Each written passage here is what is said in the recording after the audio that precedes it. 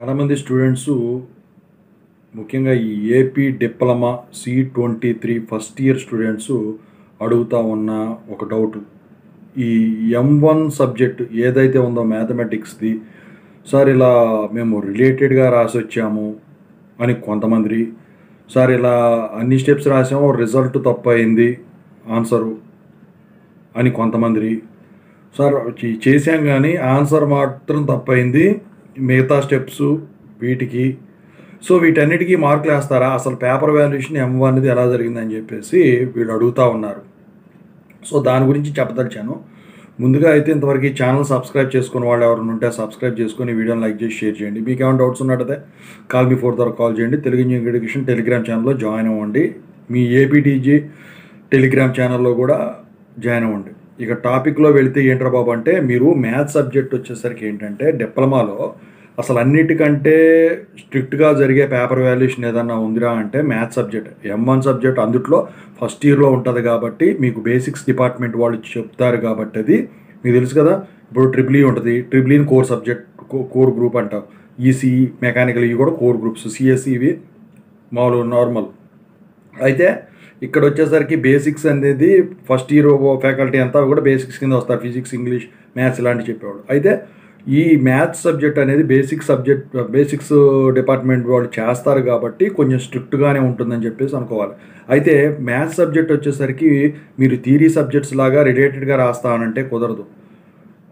అయితే ఇక్కడ వీళ్ళు కన్సిడర్ చేసేది ఏంటంటే, మీరు డేటా ఏదైతే ఉందో దాన్ని రాయాల్సి ఉంటుంది. స్టార్టింగు ఇచ్చిన డేటాని క్వశ్చన్ రాయిపోయినా ఏం కాదు, మళ్ళీ స్టెప్స్ వచ్చేసరికి ఏదైనా ఫార్ములా ఉన్నా ఒకదానికొకటి, అంటే ఇప్పుడు ఒక స్టెప్ ఒక లైన్లో, దాని కంటిన్యూషన్ నెక్స్ట్ లైన్లో ఇలా రాసుకుంటూ వెళితే, అంటే సింగిల్ లైన్లో రాయాలని కాదు, రాయకూడదని కాదు.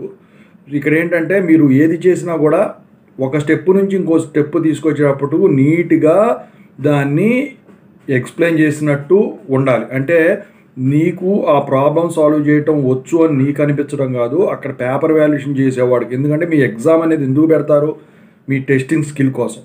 సో మీకు ఎంతో నేర్చుకున్నారో తెలుసుకోరు. అయితే డైరెక్ట్ స్టెప్స్ వేయకుండా స్టెప్ బై స్టెప్ వేసుకుంటూ వచ్చి ఆన్సర్ మొత్తం కరెక్ట్ అయితే ఫుల్ మార్క్స్ వేస్తారు M1 సబ్జెక్టు. లేదంటే ఆన్సర్ తప్పు అయ్యి మిగతా స్టెప్పులు అన్నీ కరెక్ట్ అయినాయి అనుకోండి, ఆన్సర్కి 2 మార్కులే తీస్తారు, ప్రాబ్లమేటిక్ కాబట్టి. అయితే ఇక్కడ ఆన్సర్ తప్పు అయినప్పుడు ఇక్కడ ఏం జరుగుతుందంటే పైకి వెళ్తారు, పై స్టెప్కి వెళ్తారు. సో స్టెప్ బై స్టెప్ వస్తుంటే వీడు ఎక్కడ తప్పు వేసాడో చూసుకుంటాడు. చూసుకున్న తర్వాత ఏమవుతుందంటే అక్కడ వచ్చేసరికి వీళ్ళు ఎక్కడ తప్పు వేసారో తెలిసిపోతుంది.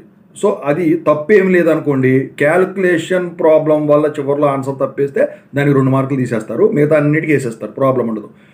లేదు ఎక్కడో తప్పు చేసామనుకోండి, ఎక్కడి నుంచి అయితే తప్పు జరిగిందో అక్కడి నుంచి మార్కులు పడవు, దానిపై వరకు మార్కులు పడతాయి. అయితే ఇక్కడ మీరు గమనించాల్సిన విషయం ఒకటి ఏంటంటే, అటెంప్ట్కి మార్కులు ఇస్తారా అంటే, డిప్లొమాకి వచ్చేసరికి అటెంప్ట్కి మార్కులు ఇస్తారు. మీ డేటా రాసేసి ఫార్ములాస్ వేసేసి వీటికి, ఎందుకంటే టైం సరిపోక చాలామంది నింపేసి అంతవరకు వేసేసి వస్తారు చివరిలో. సో అట్లాంటి వరకు ఏంటంటే మీరు ఫస్ట్ రాసిన ఆన్సర్స్ని బట్టి ఈ చివరిలో మీరు అటెంప్ట్ చేసిన దానికి మార్కులు పడతాయి అన్నమాట. ఓకేనా?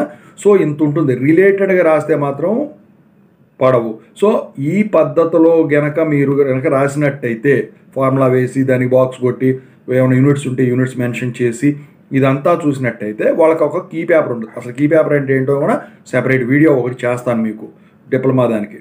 అయితే ఈ పద్ధతిలో చేస్తుంటే మాత్రం మీరు అందరూ కూడా పాస్ అవుతారు. లేకపోతే మాత్రం అంతా కూడా ఏదో అటెంప్ట్ చేశాను, రిలేటెడ్గా రాశాను, పైన రాసి వచ్చాను అంటే మాత్రం కుదరదు. అదొకటి. ఇంకోటి ఏంటంటే, డిప్లొమా దానికి కరెక్ట్గా మీరు రాసినట్టయితే cent out of cent marks కూడా వస్తాయి. అయితే చాలామంది చేసే తప్పు ఏంటంటే, ఇక్కడ జస్ట్ పాస్ మార్కుల వరకు, ఇంటర్నల్స్ ఉన్నాయి కదా అని చెప్పేసి జస్ట్ పాస్ మార్కుల వరకు రాసిస్తున్నారు.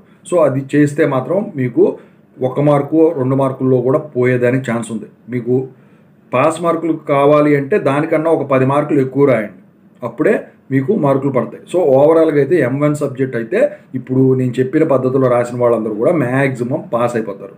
ఓకేనా? సో రిజల్ట్స్ వచ్చిన తర్వాత వీడియో పెడతాను, పోల్ కూడా కండక్ట్ చేస్తాను, పేపర్ వాల్యుయేషన్ ఎలా జరిగిందని చెప్పేసి. ఓవరాల్గా అయితే M1 జరిగే పేపర్ వాల్యుయేషన్ పద్ధతి. ఇంకేమైనా కావాలంటే సబ్జెక్ట్ చెప్పండి, త్వరలో ఇందాక చెప్పింది కూడా ఒక వీడియో చేస్తాను. Thank you so much.